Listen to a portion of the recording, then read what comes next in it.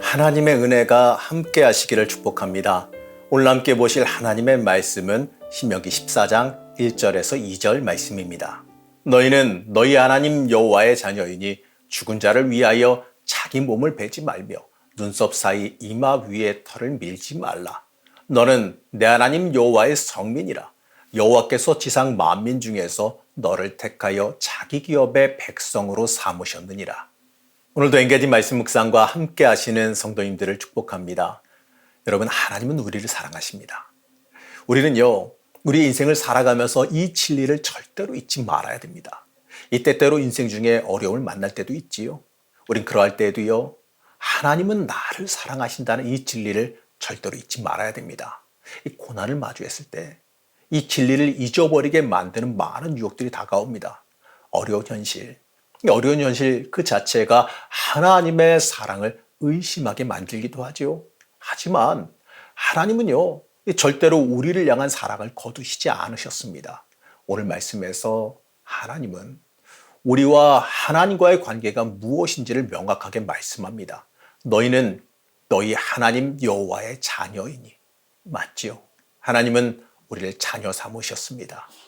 이 부모가 자녀를 키우듯이 하나님은 이스라엘을 보호하고 연단하며 인도하셨습니다. 중요한 건 이거죠.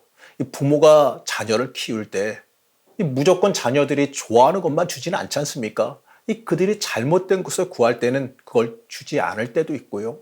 이 잘못된 길을 걸어갈 때는 꾸짖을 수도 있습니다. 그리고 더 좋은 길로 가기 위해 때때로 힘들고 어려운 길로 인도하기도 합니다. 그 길이 그들이 더 성장하고 더 좋은 미래를 향하는 길이기 때문에 그렇습니다. 때때로 자녀들이 받아들이기에 힘든 길일지라도 변함없는 것은요, 그 자녀를 사랑하는 부모의 마음이지요. 그렇기 때문에 이스라엘은 이 자식이 자신을 사랑하는 그 부모를 공경하고 순종해야 하듯이 하나님의 명령을 지키고 그 뜻을 따라 행해야 됩니다. 하나님 경외하는 삶을 살아가야지요. 그것이요, 그들의 존재 이유이고 하나님께 선택받은 이유입니다. 2절에서 하나님은 명확하게 말씀하십니다. 너는 내 하나님 여호와의 성민이라. 여호와께서 지상 만민 중에서 너를 택하여 자기 기업의 백성으로 삼으셨느니라. 하나님께서 여호와의 성민으로 선택하셨다라고 명확하게 말씀합니다.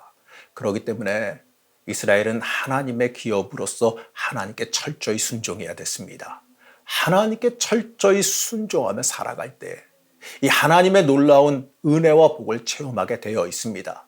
이스라엘은 하나님의 보호하심, 하나님의 그늘 아래에서 살아가야 됩니다. 그것이 그들의 존재 이유이고 복받는 길이었습니다. 그렇기 때문에 그들은 하나님의 사람으로 성결하게 살아야 됐습니다. 1절 말씀입니다.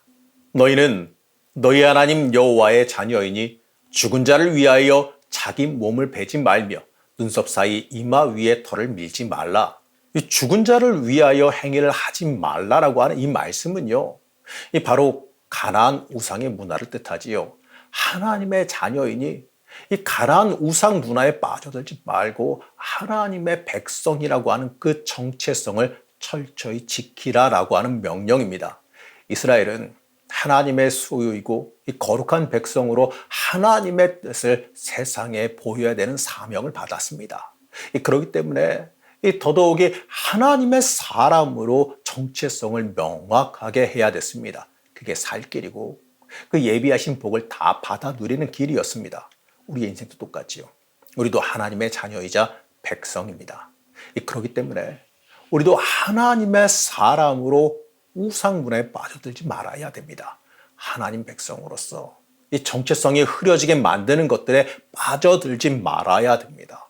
나는 하나님의 소유고 하나님의 백성이다. 이 사실을 잊어서는 안 됩니다. 하나님은 나를 통해 이 세상에 하나님의 모습을 보여주길 원하십니다. 하나님의 정체성을 나를 통해, 내 인생을 통해 세상 사람들에게 보이길 원하셨습니다.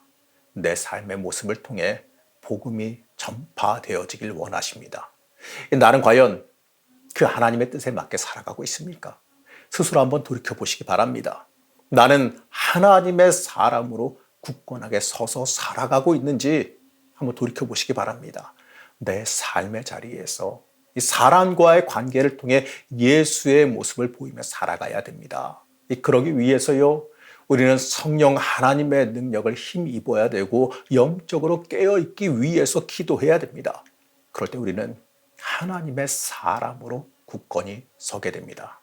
우리는 얼마나 하나님의 사람으로 서기 위해서 몸부림치며 살아가고 있습니까? 얼마나 하나님께 내 마음을 들여가며 살아가고 있습니까? 이제 하나님은요, 과거에 주셨던 각종 규례를 다시 말씀하십니다. 이스라엘이 이 모든 것을 모르지는 않아요. 이미 이들은요, 주신 이 규례를 아마도 잘 알고 있었을 겁니다. 그럼에도 하나님께서 이 가나안 땅에 들어가기 직전에 다시 한번 강조해서 말씀하신 이유가 뭘까요? 바로 이스라엘로 하여금 하나님의 백성이란 그 정체성을 잊지 않게 다시 깨닫게 하기 위해서였습니다. 가나안에 들어가 마주하게 되는 가나안 문화에 그들의 신앙이 흔들리지 않게 만들어주기 위해서였습니다. 사랑하는 성도 여러분, 이 땅에서 하나님의 사람으로 살아가면서 가장 중요한 문제는 이 정체성의 문제입니다. 내가 누구이고 내가 누구를 섬기며 살아가야 되는지에 대해서 우리는 명확하게 알아야 됩니다. 하나님은 우리에게 하나님의 자녀이고 거룩한 백성이며 하나님의 소유다라고 말씀합니다. 하나님의 은혜로 우리는 하나님의 자녀이자 백성으로 살아가는 겁니다. 그렇기 때문에 우리는 이 바뀐 신분에 맞게 거룩한 삶을 살아가야 됩니다. 하나님은 우리의 인생 가운데 항상 깨어 있어서 거룩한 삶을 살아가길 원하십니다. 우리 신앙의 가장 큰 문제가 이 교회의 삶과 세상의 삶이 다르다는 문제지요. 맞습니다. 우리는 언제나 거룩한 백성으로 매 순간마다 살아갈 수 있어야 됩니다. 우리가 그렇게 살아갈 때 이 마주하는 모든 어려움은요, 하나님께서 이미 다 알고 계시고 그 마음과 노력을 기억하고 계십니다.